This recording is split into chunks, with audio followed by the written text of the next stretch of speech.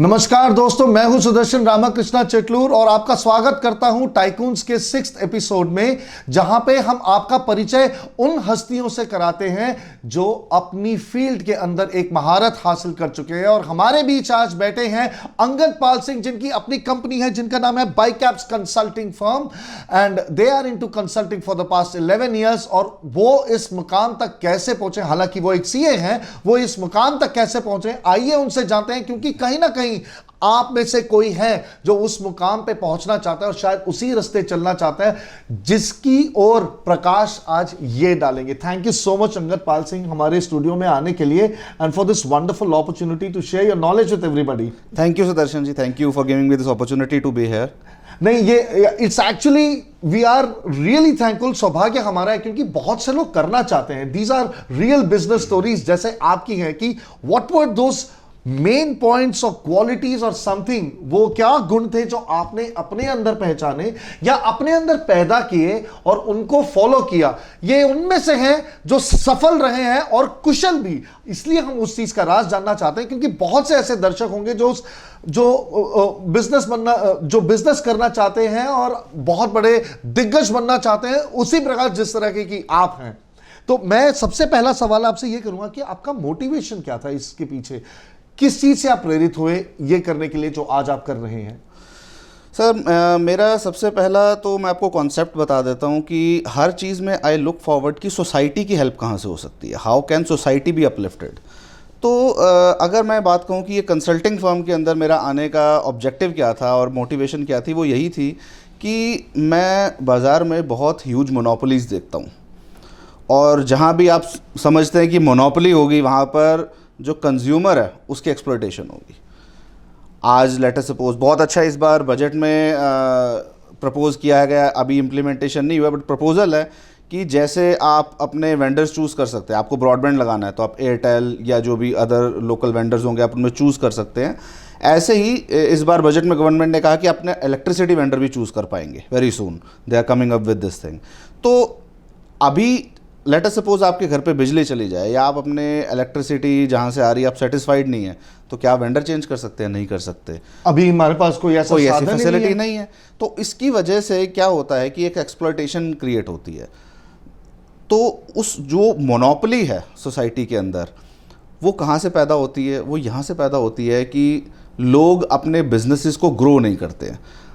जब वो ग्रो नहीं करते तो ऑब्वियसली उस लेवल का कंपटीशन वो मार्केट में क्रिएट नहीं करते और अल्टीमेटली उसका नुकसान उनको शायद कम होता है। क्योंकि अगर लेट अस सपोज कोई स्मॉल बिजनेस भी है, बहुत लंबा चलता है, उसके बावजूद वो तो कमा लेगा, वो अपने परिवार को भी बहुत अच्छा चला लेगा, शायद लग्जरी भी बहुत अच्छी अपनी लाइफ जी लेगा, लेकिन वो कंज्यूमर को वो कंफर्ट या कंज्यूमर को फ्रीडम नहीं मिल पाती है कंज्यूमर को। तो एक सोसाइटल ऑब्जेक्टिव है कि जो बिजनेसेस हैं, जो स्मॉल एंड मीडियम एंटरप्राइजेज हैं, उनको ग्रो करने का, स्केल अप करने का जो भी उनके पास मिसिंग है, तो we are like doctors to them.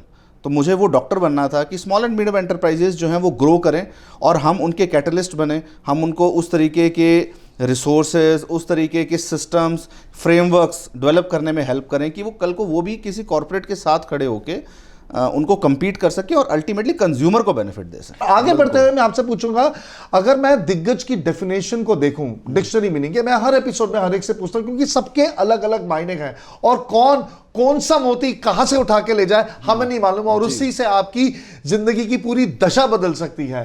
तो मैं ये पूछना चाहता हूं कि it is believe that a tycoon is a person with exceptional wealth, power and influence.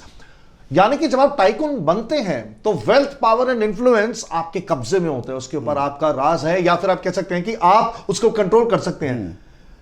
तो क्या टाइकून बनने के लिए वेल्थ की जरूरत नहीं होती, पावर की जरूरत नहीं होती, इन्फ्लुएंस की जरूरत नहीं होती? इस विषय में आपका क्या कहना है?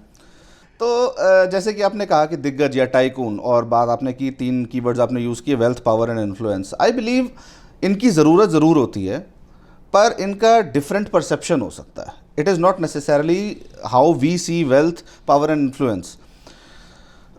अगर हम वेल्थ की बात करें, मुझे लगता है कि सबसे बड़ी वेल्थ है कि लोग आप पे भरोसा कितना करते हैं।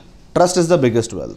अभी एक वेब सीरीज़ आई थी हर्षद मेहता के ऊपर, 1992 scam, I think this was the headline, I don't remember, but उसके अंदर भी जो वो यूटीआई के चेयरमैन होते हैं वो हर्षद मेहता एंड अश्विन मेहता को यही बोलते हैं कि which is the most expensive thing in the world, that is trust.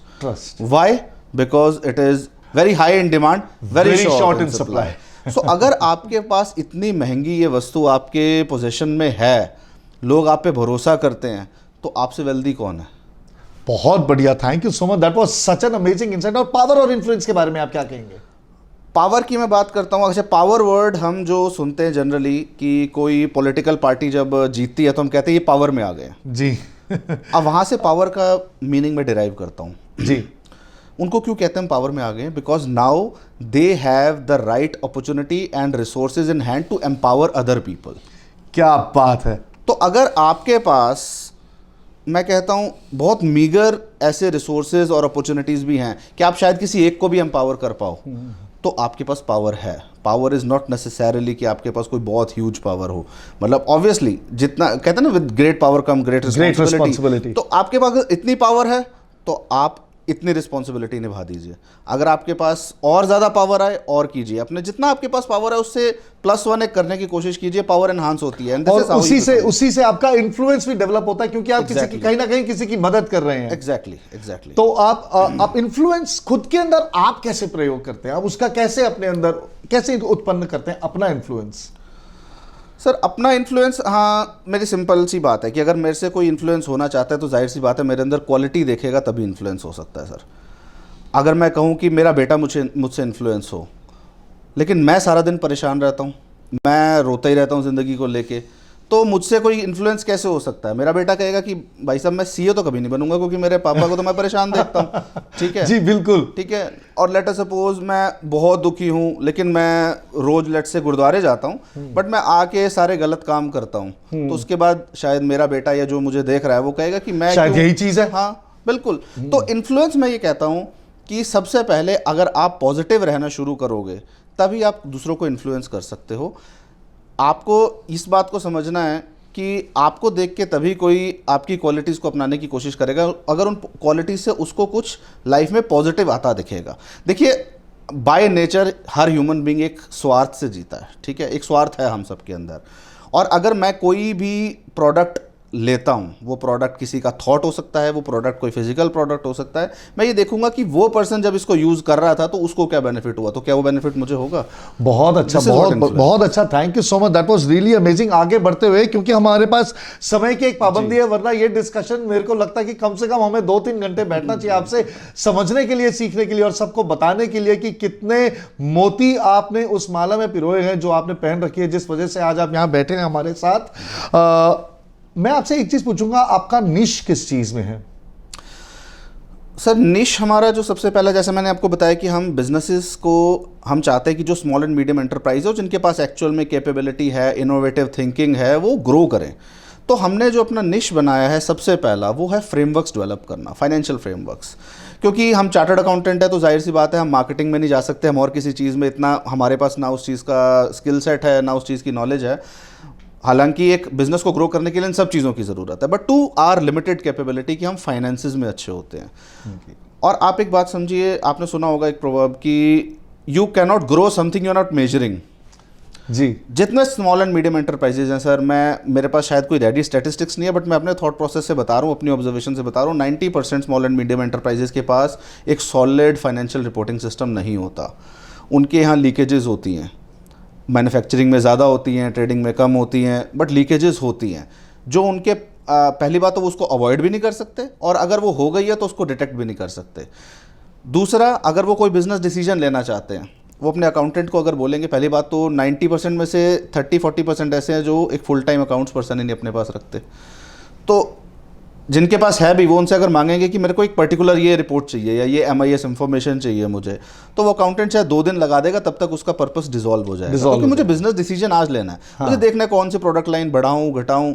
तो वो जो सारा फाइनेंशियल बैकिंग है ना, उनको फाइनेंशियल इन्फॉर्मेशन की बैकिंग वो नहीं मिल पाती है, जिसकी वजह से उनको ग्रो होने का आप कहेंगे अपॉर्चुनिटी नहीं मिलती, मोटिवेशन नहीं मिलती, और फ्रेमवर्क नहीं तो मिलता। आप वो फ्रेमवर्क्स उनके लिए डेवलप कराते हैं, कंसोलिडेट और एसिमिलेट करने में उनकी मदद करता है। तो ये थे अंगद पाल सिंह जो हमारे साथ बैठे हैं आज, जिन्होंने अपने लाइफ के एक्सपीरियंसेस से उन्होंने कैसे हासिल किया वो मुकाम जहां पे आप पहुंचना चाहते हैं।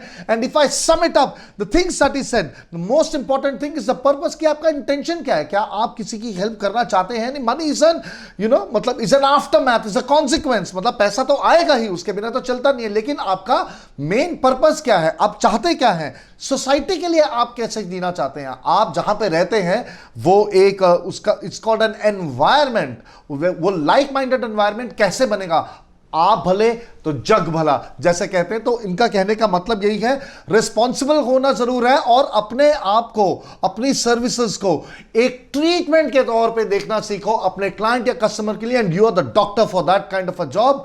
And it could be any kind. You could be a brand doctor, you could be an accounts based doctor, you could be a wellness based doctor, so that doesn't matter.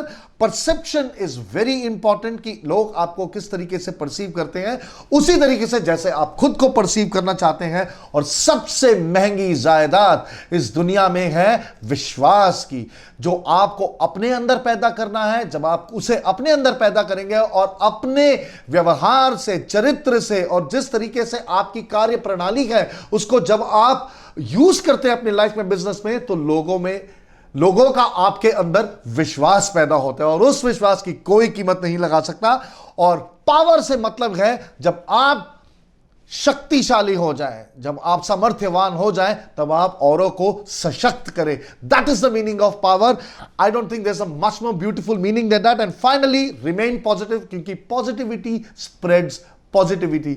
ये थे अंगद पाल सिंह जो हमारे साथ बैठे थे इस 6th एपिसोड में हमारे। Thank you so much Angad Pal Singh for being with us over here. साथ में मिले रहिएगा, कहीं जाइएगा मत। ब्रेक के बाद आएंगे and sit with our next guest with another round of discussion on how you can become a tycoon. And remember again, I always say that to become a tycoon, start behaving like one today. Thank you, see you in another few minutes.